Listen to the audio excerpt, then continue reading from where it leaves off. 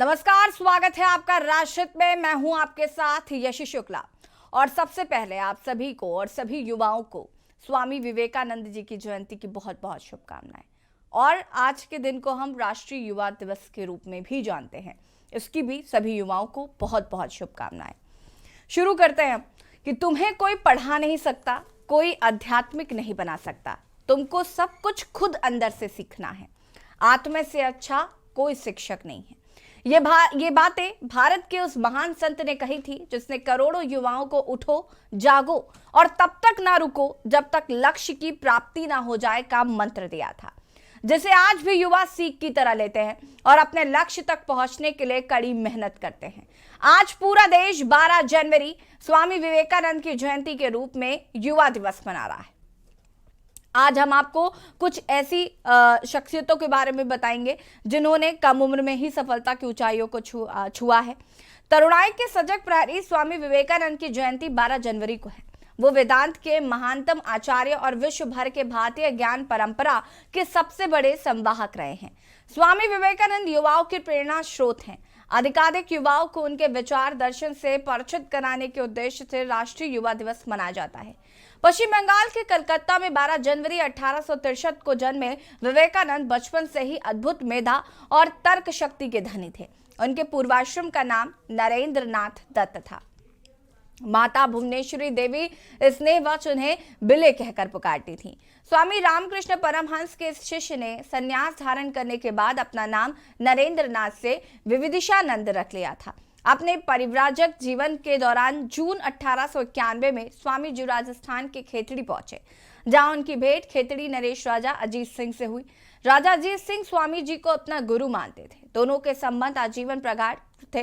राजा अजीत सिंह के कहने पर ही स्वामी जी ने अपना नाम विविदिशानंद से विवेकानंद रखा था। आपको बता देते हैं कि एक परिकल्पना की गई थी युवाओं के लिए, जो कि स्वामी विवेकानंद जी ने की थी, जिसमें युवाओं को क्या करना चाहिए, क्या नहीं करना चाहिए, किस तरीके से अपने जीवन को देखना चाहिए, कैसे लक्ष्य तय करना चाहिए, कैसे उस लक्ष्य को पाना चाहिए। ये तमाम बातें अगर आप विवेकानंद जी को पढ़ते हैं तो आपको समझ में आएगी कि उन्होंने किस तरीके से युवाओं को प्रेरित किया है अपने उद्बोधन से। और अगर हम बात करें तो आज हम इसी पर बातचीत करेंगे कि क्या जो परिकल्पना की गई थी स्वामी विवेकानंद जी ने की थी, क्या आज देश का युवा वैसा ही है? क्या युवाओं को वो सारी चीजें मिल रही हैं जो युवा आजकल चाहते हैं? क्या युवा उस तरीके से आगे बढ़ रहे हैं जिस तरीके से उन्हें बढ़ना चाहिए? युवाओं के लिए बहुत सारी योजनाएं सरकारों द्वारा आती हैं। सबसे पहले अगर चुनाव होते हैं तो सबसे पहले बात की जाती है युवाओं की, युवाओं को रोजगार देने की, युवाओं को आगे अग्रिम पंक्ति में खड़ा किया जाता है। लेकिन क्या वाकई ऐसा होता है? क्या आज देश का युवा खुश है अपने जीवन से? क्या आज देश का युवा जो चाहता है वो कर पा रहा है? क्या आज देश के युवाओं को रोजगार मिल रहा है? क्या जो वो डिजर्व करते हैं उनको वो चीजें मिल रही हैं? आज हम इसी पर चर्चा करने वाले हैं और मेहमान भी हमारे साथ जुड़ेंगे। साथ ही साथ आप भी हमारे साथ जुड़ सकते हैं इन समस्याओं से। अगर आप भी युवा हैं, आप बेरोजगार हैं या आपको कोई समस्या है, अगर आप कुछ कहना चाहते हैं तो आप हमें कॉल कर सकते हैं। नीचे दिए गए नंबर्स पर आप कॉल कर सकते हैं हमें। हमारे साथ स्वाति चंद्रशेखर जी जुड़ चुकी है, जो कि वरिष्ठ पत्रकार है कर्नाटक से। हमारे साथ अरहम जैन जो कि युवा है पंजाब से जुड़ चुके हैं। आपका बहुत बहुत स्वागत है। स्वाति चंद्रशेखर जी, शुरुआत मैं आपसे ही करूंगी। विवेकानंद जी की अगर मैं बात करूं तो विवेकानंद जी को अगर पढ़ा जाए तो अगर आप उनको पढ़ते हैं तो आप बेहतर युवा बनकर निकलेंगे, मुझे ऐसा लगता है। इसमें कोई दो राय नहीं है, क्योंकि उनको अगर आपने पढ़ लिया है तो आपका व्यक्तित्व संवर सकता है, आपका जीवन संवर सकता है। लेकिन आज के युवा, मुझे सबसे बड़ा तो संशय इसी पर है कि क्या लोग स्वामी विवेकानंद जी को जानते हैं? उन्होंने ऐसा युवाओं के बारे में क्या कहा है? मुझे लगता है लोग शायद इस बात से भी भली भांति परिचित नहीं होंगे। तो क्या आज देश का युवा किस राह पर है? सबसे पहले तो इस पर आपकी क्या राय है, मैं जानना चाहूंगी। जी, विवेकानंद जी ने कहा है कि जंग जितना भारी होगी या संघर्ष जितना भारी होगी, जय भी उतना शानदार होगा और जीत भी उतना शानदार होगा। शायद आजकल की युवाओं तो, मतलब मैं भी 30 के अंदर ही हूँ, तो फिर अगर मुझे भी माना जाए तो अंडर अंडर यूथ जो भारत में कहा जाता है कि अंडर 35 को हम यूथ माने जाते हैं। तो फिर आजकल की युवा में तो दो चीजें शायद साफ नजर आ रही है कि जंग लड़ने की इच्छा तो है, पर इतनी जल्दीबाजी में रह जाती है कि जंग लड़ने की कि ऐसा लगता है कि आज जंग शुरू हो जाए, कल कल जंग खत्म हो जाए और परसों उसका पूरा जीत मिल जाए। पर ऐसे जंग थोड़ी लड़ाई जाता है। तो फिर कुरुक्षेत्र जब युद्ध चली थी, वो खुद 18 दिन के लिए चली थी, इतना बड़ा युद्ध और इतना बड़ा संघर्ष। तो आजकल के युवाओं में मुझे ज्यादातर अभी ये लगता है कि एक तरफ तो जंग किस लिए लड़ रहे, तो उसका दिशा पहले से तय नहीं करते। तो पहले से उन लोगों को लगता है कि चाहे कुछ भी सामने हो तो उसको हासिल करने के लिए जंग लड़ना है, तो फिर वो बहुत जल्दी हासिल हो जाए। अगर वो हासिल जल्दी ना हो पाए तो फिर आगे के लिए, अगर ये जंग हमारे लिए शायद नहीं है, दूसरा जंग लड़ने के लिए सोचना चाहिए, तो फिर उसका सोच नहीं है। ये एक तरफ से साइकोलॉजिकल प्रॉब्लम भी है कि सब कुछ पाने की इरादा पे हम क्या सब कुछ खो रहे क्या? तो ये प्रश्न जरूर उठती है। बिल्कुल, वापस आएंगे स्वाति जी आपके पास। हमारे साथ अरहम जैन है, युवा हैं, पंजाब से जुड़े हैं। अरहम, आपसे जानना चाहूंगी मैं, आज राष्ट्रीय युवा दिवस है और आप युवा हैं, जाहिर सी बात है, तो कैसे इस आज के दिन को देख रहे हैं, और साथ ही साथ क्या बदलाव आपको लगता है जो काफी लंबे समय से आया है, जो परिवर्तन हो रहे हैं, जैसे कि कहा जाता है हम डिजिटल हो रहे हैं, तो क्या ये डिजिटल जो है वो कितना चेंज लेकर आया है? तो जी, जैसे कि आप सब देख सकते हैं कि जैसे मैं भी 21 साल का हूं, मैं भी कोई बहुत बड़ा नहीं हूं। तो आप अभी कोरोना महामारी का वक्त ही देख लीजिए कि डिजिटल ने कितना आसान कर दिया था सब कुछ। बच्चे स्कूल नहीं जा पा रहे थे, कॉलेज के बच्चे कॉलेज नहीं जा पा रहे थे, एम्प्लॉयज जो भी थे वो अपने दफ्तरों में नहीं जा पा रहे थे। तो डिजिटल माध्यम के द्वारा सब कुछ घरों से चल रहा था। हमारी सरकार ने भी देखिए सब कुछ कितनी आसानी से सब कुछ डिजिटल कर दिया है। अब एक आधार कार्ड का नंबर डालिए, आपकी पूरी डिटेल निकल जाती है। आपका सब कुछ डिजिटल हो गया है, बैंक खाते से लेकर जो आप लोग हम न्यूज चैनल भी चला रहे हैं वो भी डिजिटल ही हो गया है। अखबार आज की डेट में कम ही लोग पढ़ते हैं, वो भी डिजिटल हो गया है। तो इसी तरीके से डिजिटल एज आ रही है, युवा जो है वो डिजिटल चीजें समझते हैं। और जितनी मेरी समझ है, जितनी मेरी सोच है, तो डिजिटल ही आने वाला कल है। ठीक है। स्वाति जी को छोड़कर बाकी जो और भी युवा हमारे साथ जुड़े हुए हैं, मैं चाहूंगी कि वो भी एक एक करके अपना इंट्रोडक्शन दे जरा। और शुरुआत अरहम जी के बाद कौन करना चाहता है? आप अपना नाम बताइए, क्या करते हैं, उम्र बताइए। जी कंटिन्यू करिए प्लीज। जी जी बोलिए। जी, मेरा नाम रहम जैन है। जी मैं कुल्लू हिमाचल प्रदेश से हूँ। मैं के न्यूज का ही चीफ ब्यूरो कुल्लू हूँ। चलिए, बहुत और अच्छी बात है कि आप के न्यूज के ब्यूरो चीफ भी हैं और ऊपर से युवा भी हैं। इससे बेहतर क्या हो सकता है? बिल्कुल बिल्कुल। ठीक है, उसके बाद और जी जी कंटिन्यू करिए। अरहम जी आपके पास आऊंगी मैं वापस। और साथ ही में अनम्यूट हम करें खुद को, अपना अनम्यूट करें। अरहम जी मैं आप नहीं, म्यूट ही हूँ। अरहम जी हेलो आप नहीं, अरहम जी आप हेलो नहीं, अरहम जी आप नहीं। हेलो। नमस्कार, मेरा नाम विक्रम शर्मा है जी। और मैं मेरठ उत्तर प्रदेश से हूँ। हम्म। और मैं सोशल वर्कर करता हूँ, समाज सेवा पे ज़्यादा ध्यान रखता हूँ बिजनेस के साथ साथ। हम्म। और जैसा कि आज राष्ट्रीय युवा दिवस है, तो मैं सबसे पहले आप सभी को शुभकामनाएं देता हूँ। आज हर क्षेत्र में युवा सबसे आगे कार्य कर रहा है, चाहे वो पत्रकारिता हो, चाहे पढ़ाई हो, चाहे खेल हो, चाहे बिजनेस हो, और भी सारा युवा हमारा। जी कंटिन्यू करिए विक्रम जी।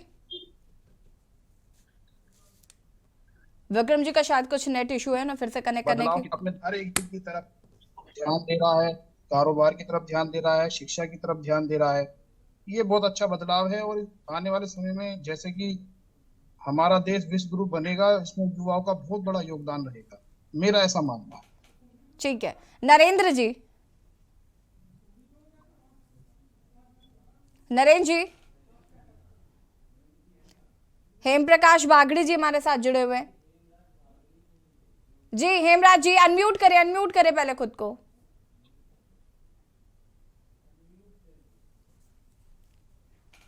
हेमराज जी अनम्यूट करें पहले खुद को, आपकी आवाज नहीं आ पा रही है हम तक, अनम्यूट करें पहले खुद को।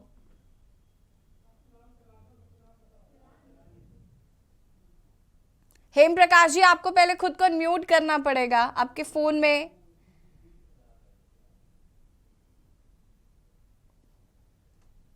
मैं पैनल से रिक्वेस्ट करूंगी कि प्लीज उनको अनम्यूट कराया जाए, वापस आते हैं हम। और विक्रम जी आप अपनी बात को पूरा कर सकते हैं। विक्रम जी देखिए, आप युवा हैं, कैसे देख रहे हैं, चुनौतियां कैसी देखने को मिलती हैं? बहुत देखिए बहुत फर्क आ गया है पहले से और अब में। पहले चीज़ें बहुत आसानी से नहीं मिलती थी, अभी हाथों हाथ मिल जाती हैं। आप माँ बाप को बोलेंगे कि मुझे ये चाहिए तो वो दिला देंगे, अगर वो ऐसी स्थिति में है, परिस्थिति में है। तो अभी कितना आपको लगता है क्या डिफरेंस जो है वो देखने को मिल रहा है फिलहाल? देखिए, युवाओं के लिए इस समय थोड़ा संकट चल रहा है, क्योंकि देश की जो सरकार है हमारी, वो युवाओं के प्रति अच्छे विचार रखती है, उनकी सारी सुविधाओं के लिए कार्य करती है। और जिस प्रकार डिजिटल हुआ है, आपकी सारी मुश्किलें आसान कर दी हैं। आप घर बैठे किसी भी प्रकार की जानकारी ले सकते हैं और अपने जीवन की शुरुआत कर सकते हैं। तो ये बहुत अच्छा मौका है, आगे युवाओं को आना चाहिए। इससे बढ़िया मौका उसके लिए कोई मिलेगा नहीं। देश की सेवा में भी आगे आए, अपना करियर भी बनाए। ठीक है। हेम प्रकाश बागड़ी जी सुन पा रहे हैं क्या मुझे? हेम प्रकाश बागड़ी जी सुन पा रहे हैं आप मुझे? ठीक है, ठीक है। हेम प्रकाश बागड़ी जी फिलहाल हमारे साथ नहीं है। जी, मेरी आवाज आपको आ रही है? हाँ जी जी जी, कंटिन्यू करें। जी, मैं दिल्ली से हूँ, हेम प्रकाश बागड़ी। मैं एज ए सोशल वर्कर काम करता हूँ दिल्ली के अंदर। और आज जिस तरीके से मैं भी आज के दिन को शुभकामनाओं के साथ सारे देश के युवाओं के साथ बांटना चाहता हूँ। पर मेरा मानना ये है कि जैसे जैसे हम डिजिटल होते जा रहे हैं, कहीं ना कहीं हम अपनी परंपराओं से दूर होते जा रहे हैं। मेरे अपने पर्सनल ये विचार है। कई बार क्या होता है मैम, हम पूरी तरह डिजिटल चीजों पे निर्भर हो चुके हैं। हम चाहते हैं कि तुरंत, जिस तरीके से अभी एक मैडम बोल रही थी कि आजकल हम इतने फास्ट हो गए हैं कि हम चाहते हैं जिस तरीके से एक खटका दबाने से लाइट जल जाती है, उसी तरीके से हम कोई ऐसा बटन दबाएं कि तुरंत हमें कामयाबी मिल जाए। तो मैं देश के युवाओं को कहना चाहता हूं कि कामयाबी कोई ऐसी चीज नहीं है कि किसी बाजार में मिल जाती है। इसके लिए हमको अपना एक टारगेट फिक्स करके पूरा जीवन उसके पीछे खपाना पड़ता है, पहली बात। दूसरी बात कि हमारे देश के अंदर जिस तरीके से पूरी दुनिया में भारत देश को इस समय युवा देश माना जाता है, लेकिन उसी तरीके से देश के अंदर बेरोजगारी भी बढ़ती जा रही है। मेरा आपके चैनल के माध्यम से सरकार से निवेदन है कि सरकार इस ओर ध्यान दे, क्योंकि अगर आज युवा बेरोजगार है तो कहीं ना कहीं वो बेरोजगारी के कारण अपने मोटिव को प्राप्त करने में असक्षम हो जाता है, जिसके बाद यूथ जो है उसका मनोबल टूटने लगता है। तो हमारे आपके चैनल के माध्यम से सरकार से ये भी एक विनती है, निवेदन है कि सरकार जितना ज्यादा से ज्यादा फोकस कर सके तो यूथ को रोजगार देने पे फोकस किया जाए, उनको उनकी काबिलियत के अनुसार उनको उनका प्लेटफॉर्म मिले। ठीक है। स्वाति जी, मैं आपसे ये बात समझना चाहूँगी कि क्या अब जो काबिलियत की बात हो रही है, कहा जाता है कि आप काबिल बहुत ज़्यादा है लेकिन आपको काबिलियत के हिसाब से नौकरी नहीं मिल रही है। लेकिन अगर हम पिछले कई सालों को पीछे जाकर देखें और अब देखें तो कंपटीशन बहुत टफ हो चुका है। अब पहले अगर आप 65% 67% भी ले आते थे तो घर वाले बहुत खुश हो जाते थे। अभी आपको 90.9 अगर 99.9% भी मिलते हैं तो मैं देखती हूँ कि लोग खुश नहीं होते। वो कंपटीशन इतना टफ हो चुका है, चीजें इतनी ज्यादा बदल चुकी हैं, तो इसे कैसे देख रही हैं आप? जी, ये सफर शायद आजकल से देखा नहीं जा सकता है। ये 75 साल की जो जैसे हमारे देश आगे बढ़ चुके हैं, तो फिर इसके आधार पर शायद इसका तुलन हमको करना पड़ेगा। देख लीजिए कि जब स्वतंत्र पूर्व जो स्थिति हम अपने देश में थे और हम थे, और अभी जो 75 साल के बाद जैसे देश आगे बढ़ा है और जिस तरीके का कंपटीशन हम पूरा दुनिया के सामने कर रहे, तो जैसे ही 90s में जब ग्लोबलाइजेशन, प्राइवेटाइजेशन हो गया था, तो फिर ये शायद सबको पता था कि कंपटीशन तो हमारा जिंदगी का एक हिस्सा बन जाएगा और इसको हमको ठीक तरीके से मुकाबला करना ही पड़ेगा, और शायद हम ये करने में बहुत सक्षम हुए हैं, मुझे ये लगता है। 65% इससे पहले लेने का और अभी 99% लेने तक भी अगर हम खुश नहीं है, ये बात तो सच है। पर ये एक तरीके से मैं शायद जितनी भी मेरे पत्रकारिता का जो दिन है, लगभग 8-10 साल में मैं इतना तो देखी हूँ कि पहले माँ बाप खुद बोलते थे कि पढ़ाई कर लो, ये कर लो, वो कर लो, अच्छे काम मिल जाएगा, अच्छा ये मिल जाएगा, अच्छा ये मिल जाएगा। पर आजकल बच्चों लोगों की आपको बताने की जरूरत नहीं है कि पढ़ाई करो, ये करो, वो करो। जो एक बार ऐसे ही हुआ था कि जो 10वीं में स्टेट फर्स्ट रैंक आया था, तो मैं उनसे इंटरव्यू करते हुए मैं उनसे पूछा था कि क्या आपको क्या बोले थे माँ बाप ने कि आप हर चीज में 100 on 100 ले लिया, कि आपको कुछ बोले थे कि ये दिलाएंगे, वो दिलाएंगे? उन्होंने बोला कुछ नहीं, मुझे पढ़ना अच्छा लगता था, मैं पढ़ाई की बस। तो फिर ये जो आईक्यू लेवल का बदलाव जो आया है इस जनरेशन में, शायद इसका भी हमको मायना रखना बहुत जरूरी है। और एक तरफ से ये है, और दूसरी तरफ से एक एजुकेशन सिस्टम जो प्रेशर कुकर बन चुकी है, तो फिर इसका भी हम नेग्लेक्ट बिल्कुल नहीं कर सकते। क्योंकि अगर 99% आ गया तो फिर बेटा 1% कहाँ रह गया पूछने वाले पेरेंट्स है, 99.9% आ गया तो फिर 0.1% कहाँ गया पूछने वाले पेरेंट्स है।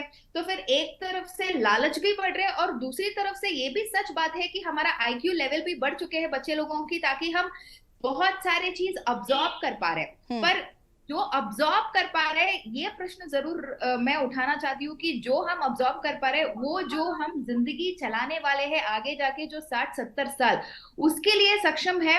और जो हम ऑब्जॉर्व कर पा रहे, तो फिर वो हमको तैयारी कर रहे हैं कि जो जिंदगी का आगे आने वाले जो मुश्किलें है, तो उसको सामने करने के लिए, या सिर्फ हम ये बन के जा रहे हैं कि जो टेक्स्ट बुक्स में है तो फिर उसको समझने में कोशिश कर रहे हैं, पर जो एक्चुअली जिंदगी का जो मौल्य है तो फिर उसके ऊपर हम जा रहे हैं। तो फिर शायद पूरा जो एजुकेशन सिस्टम है, तो फिर इसके ऊपर एक बार नजरिया जरूर लगाना पड़ता है। तो फिर इसके आधार पर अगर हमने डिसाइड कर लिया कि हम क्या काम करने वाले हैं, हमको कैसे नौकरी मिलने वाले हैं, तो फिर शायद जिंदगी बहुत ज्यादा बेहतर हो जाएगा। एक तरीके से एक नजरिया है। और दूसरी तरीके से आपने बता रहे थे कि खास करके जो रोजगारी है और हमारे अभी जो चल रही है, एक तरफ से हम तो कंपटीशन दे रहे हैं कि सिलिकॉन वैली पर, और दूसरी तरफ से अभी भी जो लिटरेसी रेट है हमारे देश में, वो इतना खास करके उत्तर भारत के प्रदेश में कि इतना अच्छे नहीं है कि अभी तक poverty, below poverty level of line तो ज्यादा अच्छा दिखाई नहीं रहे, जो ग्राफ बढ़ ही नहीं रहे। तो फिर हम दो चीजों के सामना कर रहे, एक तरफ से प्रगति, और जो प्रगति को सही तरीके से ले जाने की एक प्रयास चल रही है, और दूसरी तरफ से जो गरीबी में है, तो उन लोगों को प्रगति, वो गरीबी की जो लाइन है, तो फिर उससे पार करने के लिए चल रही है। ये कोई आसान चीज नहीं है, देश लड़ रही है, जो भी जितने भी गवर्नमेंट ऑफिसर्स हो गया, नेता लोग हो गया, पॉलिसीज हो गया, तो फिर ये चीज, ये जो पार्शियलिटी है और ये जो डिफरेंस है, तो फिर इसको मैच करने में जरूर लड़ाई चल रही है। पर मैं इतना तो कह सकती हूँ कि जैसे हम बड़े हैं, तो इसके लिए हम सबको खुद को एक बधाई देने की बहुत जरूरत है। आऊंगी मैं हेम प्रकाश जी आपके पास, आप सभी हमारे साथ बने रहिए, चर्चा को आगे। मैम, जैसे अभी आपने बताया, हमारे देश के युवाओं के अंदर काबिलियत तो बहुत है और वो करना भी बहुत कुछ चाहते हैं, पर क्या सरकारें युवाओं को उस प्रकार की फैसिलिटी दे पा रही हैं? इस पर सरकार ने पुनः विचार करना होगा। कई बार क्या होता है मैम कि सरकारें हम अपना कानून बनाती है, जैसे अभी एक योजना लाई गई थी सरकार के द्वारा, अग्निवीर, लेकिन उस योजना के तहत जो भी सरकार ने नियम बनाए, क्या युवाओं से पहले उसके बारे में पूछा गया?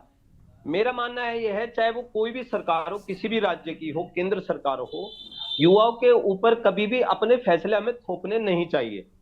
दूसरा, देश के युवाओं के बारे में अभी जैसे आपने बताया कि अध्यात्म की बात आती है कि स्वामी विवेकानंद जी ने ये बताया था कि अध्यात्म खुद से ही पाया जा सकता है। तो हमारे देश की जो परंपरा है वो तो अध्यात्म से जुड़ी हुई है, और मैं ये भी कहना चाहता हूँ कि हमारे देश के युवा अगर आध्यात्मिक विचारधारा को भी साथ लेकर चले तो कहीं ना कहीं हमारा मनोबल अध्यात्म से जुड़कर बढ़ता है। और इसके बाद हमें अपनी चीजें, अपने जो सपने हैं, अपना जो मोटिव है, उसको पाने में कहीं ना कहीं हमें आसानी हो जाती है। मैं फिर अपने विचार दोबारा से दोहराना चाहता हूं कि कहीं डिजिटल बनने के चक्कर में हम अध्यात्म से दूर तो नहीं हो रहे। ये ठीक है, हमने विकसित होने के लिए एक के बाद एक डिजिटल चीजों को अपने जीवन में धारण किया, लेकिन कहीं ना कहीं मुझे ऐसा लगता है कि हम जैसे एक अपनी मेहनत से, अभी जैसे मैं एक छोटा सा उदाहरण देना चाहता हूं आपको। जब हम जिस समय 7वीं 8वीं क्लास में पढ़ते थे तो हम देखते थे कि हर रोज किसी ना किसी देश के अंदर कोई ना कोई चीज डिस्कवर होती थी और वैज्ञानिक कोई नई खोज करते थे। लेकिन पिछले 15-20 सालों से हम एक चीज ऑब्जर्व कर रहे हैं कि आज का यूथ ना तो कोई विज्ञान के क्षेत्र में कोई चीज डिस्कवर कर पा रहा है, ना कोई नई चीज संसार को मिल पा रही है। उसका कारण कहीं ना कहीं ये है कि हम लोगों ने या तो मेहनत, अपने दिमाग पे बल देना छोड़ दिया है। हम पूरी तरह डिजिटल हो गए, हम कंप्यूटर पर निर्भर है, हम मोबाइलों पर निर्भर है। अगर कंप्यूटर से कुछ निकल के आता है तो बहुत आसान हमें लगता है। हम अपनी मेहनत से, अपने दिमाग से उस चीज को ढूंढने में सक्षम है, जिसके लिए हमें अध्यात्म की बहुत ज्यादा आवश्यकता है। अगर हम अध्यात्म से जुड़कर उन चीजों को अपने जीवन में धारण करें, ठीक है, डिजिटल अपनी जगह है। जैसे हमारे देश के अंदर जो साधु थे, संत थे, या जो योगाचार्य थे, उन्होंने उस समय तो डिजिटल दुनिया नहीं थी, लेकिन उस समय हमारे देश के अंदर आप देखिए ज्योतिष विज्ञान कितना महत्वपूर्ण था, कितना मजबूत था कि आज भी उस ज्योतिष विज्ञान को सारी दुनिया मानती है। हम उस समय कंप्यूटर नहीं होते थे, लेकिन उस समय कैलेंडर जरूर होते थे। हम ये जानते थे कब हमारे पूर्णमासी आएगी, कब अमावस्या आएगी, कब कोई त्योहार आएगा। लेकिन आज मैं देखता हूं मैडम, मैं जो यूथ को देखता हूं, यूथ एक तरीके से डिजिटल दुनिया में उलझा हुआ है। वो अपने अभी जैसे आप देखिए कि हम जो भी पढ़ाई लिखाई करते हैं, यूथ किसी भी हेम प्रकाश जी, मतलब व्हाट्सएप, फेसबुक, इंस्टाग्राम से आगे नहीं बढ़ पा रहा यूथ। जी, मेरा कहने का मतलब यही है मैडम कि हमारी दुनिया कहीं ना कहीं सिमट गई। हम अपने जो हमारा बौद्धिक है, हमारा प्रकृति ने हमें जो दिमाग दिया है, उसका यूज हम पूरा अपना आधा समय वो डिजिटल दुनिया में ही भी हमारा बीत जाता है, इंस्टाग्राम, फेसबुक, यूट्यूब। लेकिन हम अपने लिए, जैसे देखिए हमें स्वामी विवेकानंद से भी हमें बहुत कुछ सीखने को मिलता है। उन्होंने आध्यात्मिक की दुनिया में जाकर भी उन्होंने इस पूरी दुनिया में, उस समय दुनिया इतनी डिजिटल नहीं थी, लेकिन स्वामी विवेकानंद ने पूरी दुनिया में एक नाम कमाया, भारत देश का नाम रोशन किया। उनको डिजिटल चीजों की आवश्यकता नहीं थी, उन्होंने अपने आत्मबल को बढ़ाया और अपने आत्मबल को बढ़ा के शायद आप नहीं, मुझे हेम जी शायद आपको ये भी मानना पड़ेगा कि जितने भी डिजिटल अभी दुनिया चल रही है तो डिजिटल में दोनों मिल रहे हैं। डिजिटल में इंस्टाग्राम में है, इंस्टाग्राम में अगर आपको पिक्चर्स भी देखना मिलता है, आपको अच्छी चीज भी देखना मिलता है, टैलेंट भी दिखाई देता है, हमें पता चलता है हमारे देश के लोग कितना प्रतिभावान हैं, जो अपना एक्सप्लोर नहीं कर पा रहे चीजें, वो इंस्टाग्राम पे मैं देखने को मिलती है। मैं आ रही थी इसी पर। जी। यूट्यूब पे भी यूट्यूब पे सिनेमा भी देखने मिलता है, और यूट्यूब पे अगर आप स्वामी विवेकानंद जी के भी बारे में बोल रहे तो फिर उनका जो भी जितने भी उन्होंने ज्ञान बांटे हैं तो फिर उसके ऊपर भी देखना मिलता है। ठीक है, इस पर आगे हेम प्रकाश जी मैं आऊंगी, और भी लोग हमारे साथ है, चर्चा को हम आगे बढ़ाएंगे।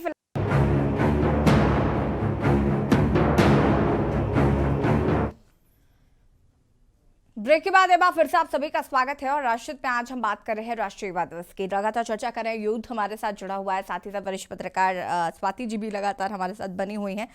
हेम प्रकाश जी, आप अपनी बात को पूरा कर सकते हो, उसके बाद अरहम जी आपका रुख करूंगी मैं। हेम प्रकाश जी मैडम, देखिए अभी जैसे आपने जो बात कही मैं उससे एग्री करता हूँ कि कहीं ना कहीं डिजिटल चीजें हमारे जीवन को आसान जरूर कर रही है। हमें कोई चीज खोजनी होती है किसी चीज के बारे में, लेकिन है ना, मेरा अपने पर्सनल ये विचार है कि हम एक सीमित दायरे में बंध चुके हैं। कहीं ना कहीं हम हेम जी, अपने ये ज्ञान यही बात तो हम आज यहाँ पर करने के लिए बैठे हैं। और अब आप सही मुद्दे पर आए कि देखिए, हमें खुद पता होना चाहिए ना, हमें ये पता होना चाहिए कि हमें कितना टाइम सोशल मीडिया पर देना है। सोशल मीडिया हमारे लिए वेस्ट है या फिर हमारी जो अंदर का टैलेंट है उसको एक्सप्लोर करने की जगह, ये हम सुनिश्चित करेंगे। हमें कोई समझाएगा नहीं आकर बैठकर कि देखिए विवेकानंद जी अब दोबारा नहीं आएंगे हमें समझाने के लिए। एक बार उन्होंने ज्ञान दिया है, उसे समझना होगा, उसे जानना होगा। जैसे आपकी बात बिल्कुल सही है मैडम, कि ये हम पर निर्भर करता है कि हम किस चीज को कितना यूज करें। बिल्कुल, क्योंकि हमारे ग्रंथों में भी यही लिखा हुआ है कि हर चीज की अति वो हानिकारक है। अगर हम किसी चीज को ज्यादा, जैसे कोई दवाई डॉक्टर ने जितनी बताई है उतनी यूज होगी। अब होता क्या है, मैं एक छोटा सा उदाहरण देता हूँ। हमारे देश का एक ग्रंथ, सबसे बड़ा ग्रंथ है रामायण। अब जिस समय वो रामायण ग्रंथ लिखा गया होगा मैडम, अब वो एक कलम से लिखा गया, डिजिटल नहीं है वो चीज, लेकिन आप देखिए एक हैरत की बात है कि आज भी रामायण के प्रति लोग उतने ही उत्सुक हैं, वो इतना ही लोकप्रिय है जितना युगों युगों से वो चलता आ रहा था। इससे ये पता चलता है कि अगर हम किसी चीज को अपने काबिलियत से डिस्कवर करते हैं, बनाते हैं, खोजते हैं संसार या समाज के कल्याण के लिए, तो उस चीज को हमारी अपनी काबिलियत की जरूरत है, ना कि डिजिटल चीजों की जरूरत है। आऊंगी मैं तो स्वाति जी, एक सेकंड। जी, मैं देश के युवाओं को बस यही संदेश देना चाहता हूं कि हम अपने देश की परंपरा, दरअसल हमारा देश इतना मजबूत देश है जिसने इस दुनिया को बहुत कुछ दिया है। दशमलव हमारे देश से गया मैम, नहीं तो चांद की दूरी का पता नहीं लग पाता, है ना। और काफी चीजें ऐसी है, जैसे गणित है, ज्योतिष विज्ञान है, और यहाँ तक कि जो चिकित्सा पद्धति है, आज भी हमारे देश की चिकित्सा पद्धति को दूसरे देश के लोग बहुत अहमियत देते हैं, लेकिन हमारे देश के अंदर हम अपनी ही चिकित्सा पद्धति से दूर है। ठीक तो है, मैं देश के युवाओं को बस यही हेम संदेश- प्रकाश जी, एक सेकंड रुकिएगा, मैं वापस आऊंगी आपके पास। स्वाति जी अपनी बात को पूरा करिए। जी, जो हेम जी कह रहे थे कि शायद मैं इससे पूरा सहमत नहीं हूँ, क्योंकि एक तरफ से जो ये कह रहे कि रामायण के काल में जो जितने भी लिखा गया था वो अपने प्रगति से लिखा है, तो फिर अभी जो डिजिटल चल रही है तो 10 साल से शुरू हुई है, तो इससे पहले जो भी आविष्कार वो किसी और की दिमाग से लेके तो थोड़ी किए थे हमने। ये जो मूल परंपरा है, तो फिर मूल परंपरा को सब चीज में डालना और उसके आधारित जो भी उसको आधारित एक तरीके से रखे और जो भी दुनिया चल रहे तो फिर उसको गलत मानना, शायद इससे हमको आगे बढ़ाने की बहुत जरूरी है और इससे बाहर आने की बहुत जरूरी है। क्योंकि आजकल जो युवा लोग कर रहे हैं, मैं पूरी तरीके से सहमत नहीं हूँ कि जो भी चल रहे हैं वो सही चल रही है, जो भी चल रहा है वो गलत चल रहा है, और इससे पहले भी जो भी चल रहा था वो सही चल रहा था, जो भी चल रहा था वो गलत चल रहा था, ये तो कभी था नहीं। जो भी चीजें हैं उससे एडवांटेजेस भी है और डिसएडवांटेजेस भी जरूर है, पर जो डिजिटल माध्यम है तो फिर इसको दोष देने की जरूरत नहीं है। दोष जो है वो हमें अंदर है। अगर हम जो भी चीज को अगर सही तरीके से इस्तेमाल कर पा रहे हैं तो फिर इसको अगर मान लीजिए कि एक डेटा दे रहे हो तो फिर 130 करोड़ में 50% लोग अगर डिजिटली एक्टिव है हमारा देश के अंदर, तो फिर लगभग 65 करोड़ लोग एक्टिव है। तो फिर 65 करोड़ लोग में अगर आप कह रहे हैं कि 65 करोड़ लोग भी डिजिटली अगर गलत इस्तेमाल कर रहे हैं तो फिर कितने लोग अभी जेल के अंदर होना चाहिए, बेरोजगारी होना चाहिए, तो फिर देश को प्रगति करने में नेता लोग थोड़ी बैठ के उधर प्रगति कर रहे हैं, तो फिर अगर हम काम करेंगे तो भी देश प्रगति होगा। पर ये 10-20% इसका गलत इस्तेमाल जरूर हो रहा है, तो फिर इसमें कोई शक नहीं है, बट किंतु नहीं है। हाँ। पर हमें ये तो समझना बहुत जरूरी है कि जो भी सफर हमने तय करके आए हैं और आगे जो सफर हम तय करने वाले हैं, आगे जो सफर हम चलने वाले हैं, तो फिर इसको जो अभी डिजिटली जो कर रहे हैं तो फिर इसका मायना कितना रहता है। और खास करके जो विवेकानंद जी कहा है, भले वो जो भी कहा है कि 60 साल 100 साल पहले ही कहा होगा, पर अभी भी वो कितना कीमती है। और वो जो मौल्य उन्होंने, वो जो ज्ञान उन्होंने बांट के गए हैं, तो फिर वो आगे आने वाले पीढ़ी को हम कैसे पहुंचाए, चाहे वो डिजिटल माध्यम से हो या पुस्तक से हो या बातों पे बताना हो, तो फिर उससे कोई फर्क नहीं पड़ेगा। ठीक तो है डिजिटल स्वाति जी, मैं वापस आती हूँ आपके पास। अवनी सिंह यादव एक दर्शक है, हमारे साथ जुड़ चुके हैं। अवनी जी, बहुत बहुत स्वागत है आपका के न्यूज में, और अपनी बात रख सकती हैं। हाँ मैडम, मैं एमडी सिंह यादव एडवोकेट माफ कानपुर से बोल रहा हूँ। कीजिएगा एमडी सिंह यादव जी, अपनी बात को रख सकते हैं। हाँ मैम, आपको और सभी पैनलिस्ट को और हमारे देश की सभी जनता को राष्ट्रीय युवा दिवस की हार्दिक शुभकामनाएं। बहुत बहुत शुक्रिया आपको भी। और मैं आपको बहुत धन्यवाद देता हूं कि इतने अच्छे कार्यक्रम को के न्यूज जो है इस पर आयोजन कर रहा है डिबेट जी। मैडम ये अच्छी बात है कि और मैं स्वामी विवेकानंद जी को भावभीनी श्रद्धांजलि अर्पित करता हूं। और इस अवसर पर मैं यही कहना चाहता हूं कि आज की युवाओं को अपने हेल्थ पर विशेष ध्यान देना है। जो बीमारियां 50-55 साल के बाद होती थी, अब वो सब बीमारियां जो आज का जो रहने की स्टाइल है, जो लिविंग स्टाइल है युवाओं की, इसके वजह से ये बीमारियां जो है, बहुत ही अफसोस की बात है कि 20-25 साल के उम्र के ही से स्टार्ट हो जा रही हैं। तो एक तो लाइफ स्टाइल बहुत ही व्यवस्थित होनी चाहिए।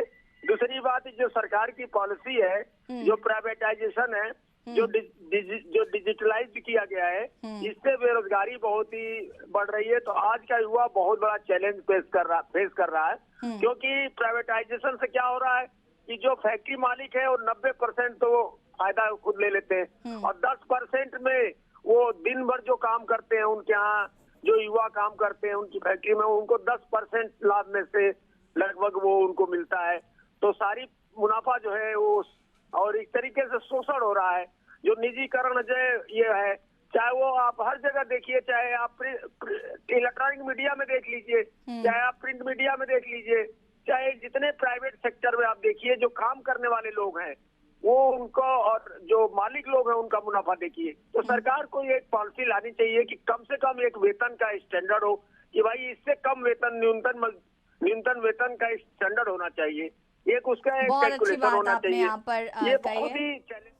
बहुत बहुत शुक्रिया आपका कॉल करने के लिए और आप सभी हमारे साथ बने रहिए। युवा दिवस के मौके पर युवा क्या वाकई उस लक्ष्य को, जो उनका लक्ष्य है, उसको पा रहे हैं, या फिर जो विवेकानंद जी ने अपने अध्यात्म के जरिए युवाओं को प्रेरणा देने लायक जो उद्बोधन दिया था, क्या उनका पालन किया जा रहा है, इसी पर हम बातचीत कर रहे हैं। हमारे साथ गिरीश शुक्ला जी कानपुर से जुड़ चुके हैं। गिरीश जी, बहुत बहुत स्वागत है आपका के न्यूज में, और अपनी बात रख सकते हैं आप।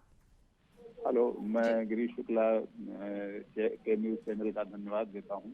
और मैं देश के युवा, जो इस देश की जो है महत्वपूर्ण जो है हिस्सा है, इस देश का अंग है, और उन्हीं पर इस देश में का पूरा आधार निर्भर है, उन्हें मैं आशीर्वाद देता हूं आज युवा महोत्सव के अवसर पर।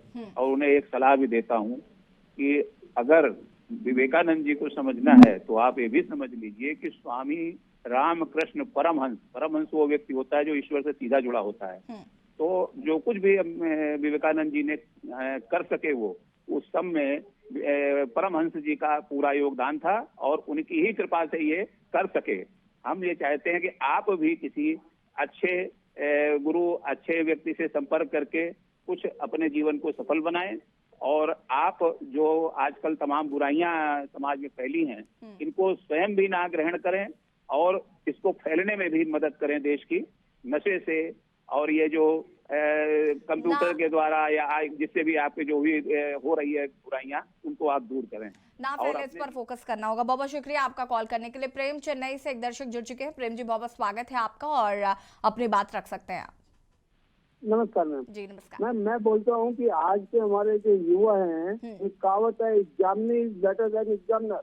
इतने तेज युवा है हमारे कि उनके लायक जॉब नहीं है, और वो पढ़ लिख के जब जॉब की प्राप्ति नहीं होती है तो उनको दूसरी जगह का करने के लिए दिया जाता है। उनमें स्किल भी है, उनकी जॉब की प्रायोरिटी भी है कि ये जॉब हम कर सकते हैं, वो कर सकते हैं, लेकिन वो कुंठा से घुट रहे हैं। उनके पास में इतना बड़ा स्किल है जिसकी सीमा नहीं है, और इस स्किल का फायदा खाली हमारे माननीय लोग उठाते हैं कि हमारे युवा की आबादी इतनी है, हमारे युवा इतने स्किल्ड है, और जब कभी उदाहरण देते हैं तो वे विदेशों का देते हैं कि कौन कौन से पोस्ट पर वो हैं। आज मैम हमारे वो, उनको अगर ये न कहा जाए कि आप ये काम में लगिए, ये काम में लगिए, जो काम ठेला चलाने का है या पकौड़े तलने का है या फलाने चीज का है, तो युवा वर्ग जो पढ़ लिख के आया है वो क्या इस काम में लगेगा? ठीक है, हमारी सरकार के पास में जितने काम हो गए वही देगा, मैं मानता हूँ इस बात को कि उनके पास काम की कमी है, लेकिन वो इतना प्रलोभन दूसरे हिसाब से क्यों दे रहे हैं? पढ़ाई के लिए देखिए हरियाणा में डॉक्टरी के लिए बात चल रही है, वो डॉक्टरों को 40 लाख रुपए का बॉन्ड साइन कराने की बातें करते हैं, तभी उनको 2 महीने उस पर बैठा लेते हैं। मैन जब वो ये बोलते हैं कि यूक्रेन से उन्होंने लाए डॉक्टरों को कि उनकी पढ़ाई हम यही करवा देंगे, तो क्यों नहीं फ्री करते हैं बच्चों के लिए? और फिर जब बच्चे विदेश जाके वहाँ पढ़ते हैं तो वहाँ जाके फिर हमारा नाम होता है, तो फिर वहाँ से वापस बुलाने की चेष्टा करते हैं। आज भारतवर्ष निवेशकों को वहाँ से बुला के इंडिया में बुलाना चाहता है, क्यों? यही ठीक बच्चे है में जाके प्रेम जी, बहुत बहुत शुक्रिया आपका कॉल करने के लिए। और लगातार टीवी स्क्रीन पर नंबर फ्लैश हो रहे हैं, आप हमें कॉल कर सकते हैं। हेमप्रकाश बागड़ी जी रुकिएगा। अरहम जान जी, अरहम जान जी क्या क्या कहना चाहते हैं? मैं हेम जी को ये कहना चाहूंगा कि जैसे कि आप जो आजकल की यंग जनरेशन है उनके बारे में कह रहे हैं, तो मैं आपको ये भी बताना चाहूंगा कि अंतर्राष्ट्रीय इंटरनेशनल लेवल पे जो भी बड़ी बड़ी कंपनियां हैं, उनके जो भी लीडर्स हैं, सीईओज हैं, बड़ी बड़ी टेक कंपनीज के, सब भारतीय हैं। जैसे कि सुंदर पिचाई जी गूगल के, वो भी एक युवा हैं। सत्या नडेला जी माइक्रोसॉफ्ट के, वो भी एक युवा हैं। तो आप ये नहीं कह सकते कि सारे युवा डिजिटल माध्यम के कारण खराब हो रहे हैं। तो जैसे कि अब कई युवा है जो डिजिटल माध्यम के द्वारा अपनी कमाई का साधन उन्होंने डिजिटल को बनाया हुआ है। तो आप ये नहीं कह सकते कि डिजिटल सबको खराब कर रहा है। हाँ, ये जरूर है कि 20 से 30% लोग उसको गलत कार्यों के लिए यूज करते हैं, बट जो डिजिटल माध्यम है वो हम लोगों को प्रगति की ओर बढ़ाने में बहुत ज्यादा सहायता भी कर रहा है। और बस मैं यही कहना चाहूंगा कि जो डिजिटल माध्यम है वो आने वाला कल है, और उसके बिना आज की डेट में हम अपना फ्यूचर नहीं देख सकते हैं। वो अगर खत्म हो जाएगा तो आने वाले कल में बहुत ही ज्यादा समस्याओं का हमें सामना करना पड़ेगा। और जैसे कि आज से आप कुछ साल पहले तक देख सकते थे कि वेदर देख लीजिए, अपना वेदर देख लीजिए, उनका हमें आज से 10 साल पहले तक कहाँ पता लग सकता था कि कहीं आंधी आने वाली है या तूफान आने वाला है।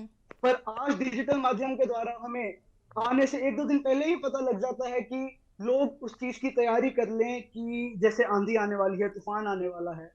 तो इस चीज का भी डिजिटल माध्यम ने काफी ध्यान रखा है। और बस यही है कि वो इंसान पर डिपेंड करता है कि उसने उस चीज को गलत तरीके से इस्तेमाल करना है या सही तरीके से उसका इस्तेमाल कर अपनी प्रगति की ओर बढ़ना है। बिल्कुल अरहम जी, यही वाला ज्ञान अगर सभी युवाओं को हो तो कहीं ना कहीं बहुत सारी चीजें जो है वो सॉर्ट आउट हो सकती हैं, चीजें हो सकती हैं।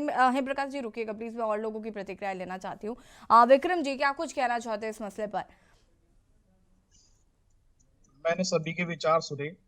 देखिए, कमी निकालना सबसे आसान कार्य है, लेकिन कमी को दूर करना ये एक चैलेंज है जो स्वयं को लेना चाहिए।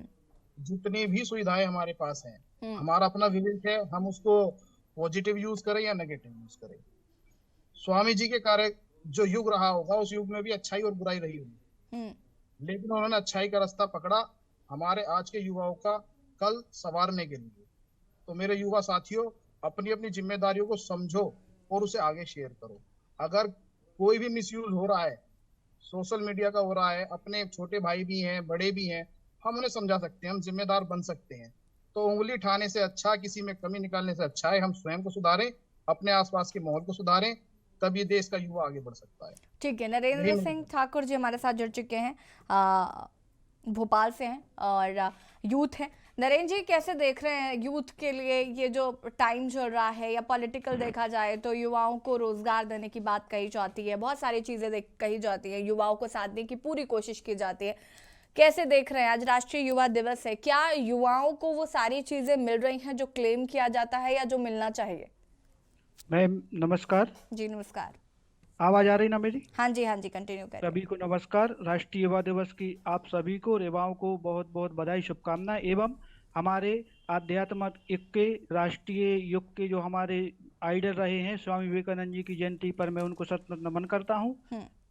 मैम, जैसा कि आज के परिवेश में, आज के माहौल में हम देख रहे हैं बेरोजगारी किस तरह से किस दर पर पहुंच गई है।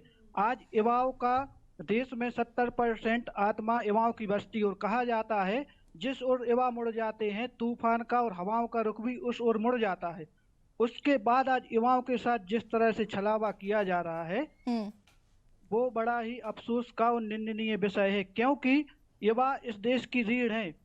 युवाओं से ही इस देश का विकास हो सकता है। इस देश के भविष्य यदि कोई है तो वो युवा है। और अगर युवाओं को इस तरह से आप इस तरह से तोड़ मरोड़ के और उनका आप उपयोग करते हो, और उनके पास डिग्रियां तो हैं, लेकिन मैम डिग्रियां होने के बाद उनके पास नौकरियां नहीं है, दर दर की ठोकरें खा रहे हैं। जब वो अपनी आवाज को उठाने शासन प्रशासन के पास जाते हैं तो उपहार में उनको लाठियां, FIR और जेल का वारंट मिलता है। इस तरह का यदि आज के परिवेश में, आज के माहौल में युवाओं के साथ इस तरह का छलावा होगा तो मैं कतई नहीं मानता कि आज हमारा देश युवाओं का देश है। युवाओं को आपको सर्वप्रथम रखना होगा, क्योंकि 18 से 40 वर्ष के सबसे ज्यादा अगर किसी देश में है तो वो हमारे भारत देश में है। और अगर युवाओं पर इस तरह का तकाजा कसा जाएगा तो मैं तो शासन प्रशासन को भी कहना चाहता हूं आपके माध्यम से कि युवाओं को हर संभव मदद की जाए, हर जगह उनकी बात को रखा जाए, उनकी बात को सुना जाए। बातें तो मंचों से बड़ी बड़ी होती हैं, लेकिन काम जमीन पर कुछ नहीं होता है। ठीक है, हेम प्रकाश जी अनम्यूट करें। जी बहुत बहुत धन्यवाद मैम पुनः मुझे डिबेट में शामिल करने के लिए। देखिए मैम, सबसे पहले मैं आपके चैनल के माध्यम से मैं आपके चैनल को ही बधाई देना चाहता हूँ, इतनी अच्छे मुद्दे पर आपने डिबेट रखी। दूसरी चीज ये है मैडम कि जैसे अभी एक भाई ने बोला था, मैडम ने भी बोला था, मैंने जो बात रखी थी अपनी डिजिटल युग की, मैं डिजिटल चीज के खिलाफ नहीं हूँ, है ना। प्रकाश जी, मैं आपका व्यू जानना चाहूंगी थोड़ा सा पॉलिटिकल चीजों को लेकर भी, कि जैसे कि युवाओं को अग्रणी पंक्ति पर रखने की बात कही जाती है। सबसे पहले जब भाषण शुरू होता है तो कहा जाता है कि युवाओं को हम चीजें प्रोवाइड कराएंगे, युवाओं को रोजगार देंगे, और जो युवाओं को साधने की पूरी कोशिश की जाती है, उसको कैसे देखते हैं आप? क्योंकि एट लास्ट रिजल्ट क्या है वो मेरे और आपके सामने है, इस पर बात करने की जरूरत नहीं है। मैडम अभी तो जितनी भी सरकारें हैं, चाहे वो राज्य सरकारें हों, केंद्र सरकारें हों, युवाओं की उम्मीदों पे कोई सरकार खरी नहीं उतर पा रही। सच्चाई तो ये है, क्योंकि यूथ क्या चाहता है देश से, सरकार से। अभी हम लोग ये जरूर जानते हैं कि दूसरे देशों के अंदर बड़ी बड़ी मल्टीनेशनल कंपनियों में हमारे देश के युवा काम कर रहे हैं, लेकिन हमें ये भी जानने की जरूरत है मैडम कि उन लोगों ने पढ़ाई लिखाई उन्हीं देश में करी है। देश के अंदर युवाओं को सरकार क्या साधन प्रोवाइड कराती है उनको आगे बढ़ाने के लिए, इस पर हमको ज्यादा जोर देना होगा। जैसे आज हमारे देश से कितने वैज्ञानिक निकल रहे हैं, क्या सरकार कभी इस चीज पर जोर दे रही है? मेरा मानना तो मैडम पर्सनली ये है कि सरकार को इस ओर ध्यान देना चाहिए कि आज मिनिमम जो सैलरी है, जैसे अभी एक भाई साहब ने बोला था, वो दर्शक थे आपके, कि मिनिमम जो सैलरी है सरकार ने क्या निर्धारित करी है, राज्य सरकारों ने, केंद्र सरकारों ने। युवा बड़ी मेहनत से पढ़ाई लिखाई करके आगे आता है, उस पढ़ाई लिखाई पे उसके परिवार का काफी खर्चा भी होता है। क्या उसके बाद उसको मतलब किस तरीके से अपने परिवार का पोषण भी करेगा और देश को, समाज को क्या देगा? सबसे बड़ी चीज ये है, क्योंकि अगर हम यूथ को मजबूत करके चलेंगे तो जाहिर सी बात है कि हमारे देश और समाज अपने आप मजबूत होगा। लेकिन कहीं ना कहीं युवाओं का मनोबल टूटा हुआ है देश के अंदर, बेरोजगारी की वजह से और संसाधनों की कमी की वजह से युवाओं को उस तरीके से संसाधन नहीं मिल रहे। जैसे मैं आपको एक छोटा सा उदाहरण देता हूँ मैम, अभी दिल्ली के अंदर एक पॉलिसी लागू है दिल्ली सरकार की, मैं उसको लेके दिल्ली के मुख्यमंत्री से मिला भी था उस विषय पे, और मैंने अपनी बात भी रखी थी कि सर इस पॉलिसी में आप फेरबदल करिए, लेकिन उस पॉलिसी में अभी तक फेरबदल नहीं हुआ। वो पॉलिसी क्या है मैडम? पहले किसी भी क्लास के अंदर, जैसे मान लीजिए 10th क्लास का हम एक उदाहरण लेते हैं, 10th क्लास के अंदर किसी भी एज का बच्चा वो एडमिशन ले सकता था 16-17 साल की उम्र तक। अब हो क्या रहा है मैडम कि एक दिल्ली सरकार की पॉलिसी है जिसके तहत एज फैक्टर इतना ज्यादा डिपेंड है किसी भी क्लास में, अगर बच्चा 3 दिन भी या 1 महीने भी अगर उसकी एज ऊपर होती है तो उसे एडमिशन नहीं मिलता उस क्लास के अंदर, और उसे मजबूरी में फिर किसी प्राइवेट स्कूल में पढ़ना पड़ता है। लेकिन हमने दिल्ली सरकार से ये गुजारिश करी थी, या तो इस एज फैक्टर को बढ़ाया जाए, है ना, और या फिर इसके अंदर फेरबदल करा जाए। लेकिन मैडम सरकार ने उस पॉलिसी को, हेमप्रकाश बागड़ी जी मुझे अंतिम प्रतिक्रिया। मैम 1 मिनट, जिसके कारण मैडम आज भी हजारों बच्चों के एडमिशन नहीं हो पाते। हजारों बच्चों के दिल्ली में एडमिशन सिर्फ इस वजह से नहीं हो पाते कि उनकी उम्र 3 महीने 4 महीने ऊपर हो जाती है, जिसकी वजह से उनको एडमिशन नहीं मिलता। और अब ये बताइए कि इस पॉलिसी से हम यूथ को फायदा कर रहे हैं, यूथ को नुकसान पहुंचा रहे हैं? ठीक है, बात सही है आपकी और इस पर दिल्ली सरकार को ध्यान देना चाहिए। स्वाति जी, अंतिम प्रतिक्रिया मैं आपकी लूंगी क्योंकि वाइंड अप का भी वक्त हो रहा है। मैं आपसे जानना चाहूंगी यहाँ पर, जैसे कि पॉलिटिकल चीज़ों की अगर हम बात करें तो युवाओं को, जैसे कि मैं शुरुआत से कह रही हूँ कि हम जानते हैं कि जब कहीं भी चुनाव होते हैं तो शुरुआत युवाओं से ही की जाती है, उसके बाद महिलाएं पुरुष और ऐसे शुरू होता है, लेकिन शुरुआत युवाओं से करते हैं और हम युवाओं को रोजगार देंगे, ये सारी चीज़ें जो हैं वो देखने को मिलती हैं। लेकिन आज युवाओं का जो रोजगार को हम देखते हैं कितनी मारामारी है, और जैसे कि हम जानते हैं कि भारत में कई बेरोजगार घूम रहे हैं, बहुत सारी चीज़ें देखने को मिल रही हैं, तो ऐसे में स्थिति कैसे सुधरेगी? और हमारे यहाँ तो पॉलिटिकली अगर देखा जाए तो युवा ही 50 साल के हैं। हमने तो एक मापदंड ही अलग बदल दिया, युवाओं की तो डेफिनेशन ही चेंज करके रख दी है।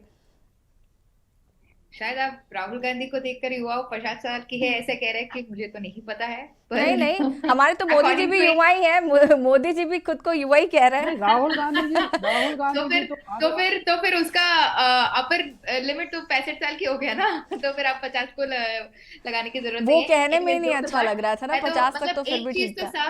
साफ दिखती है कि जो अकॉर्डिंग टू जो इंटरनेशनल स्टैंडर्ड्स है, अगर उसके ऊपर आधारित अगर आप देखा जाए तो फिर 40 साल के अंदर या 38 साल के अंदर जितने 38 इयर्स के अंदर जितने भी लोग हैं तो फिर उसको युवा हम कह जाता है। तो फिर वो डेटा अगर हमारे देश में लेंगे तो लगभग 60% लोग हैं इसमें।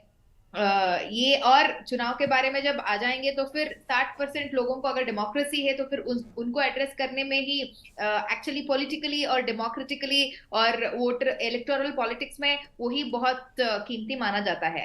पर एक तरफ से आप ये बोल रहे थे कि हेम जी भी बोल रहे थे कि एक मिनिमम वेजेस हमको डिसाइड करना चाहिए, और खास करके दूसरे देशों में जाके हम पढ़ाई कर रहे हैं, वहां पे काम कर रहे हैं। शायद मुझे ये लगता है कि इससे पहले जो दूसरे देश की सोच तक जाने में, वहां की सपने तक देखने में हमें बहुत हमको शायद पैसा लगता था, पर अभी उसके लिए जाने तक भी शायद पैसा कम लगता है। क्या है एक तरीके से जो मैं उसी समय ही बोला था कि पॉलिटिकली अगर हम मोटिवेटेड है देश के अंदर तो फिर बहुत कुछ चीजें कर सकते हैं, बहुत कुछ चीजें बदलाव ला सकते हैं। जो ऑलरेडी जो युवा है तो फिर मान लीजिए कि जो 21 से लेकर 35 इयर्स तक है तो फिर उनके लिए एक तरीके से अलग पॉलिसी, और जो आने वाले पीढ़ी है तो फिर 5 साल के ऊपर जो भी अभी पढ़ाई करने वाले हैं, जो आगे युवा होने वाले हैं, तो फिर उनके लिए एक अलग पॉलिसी बनाना बहुत जरूरी है।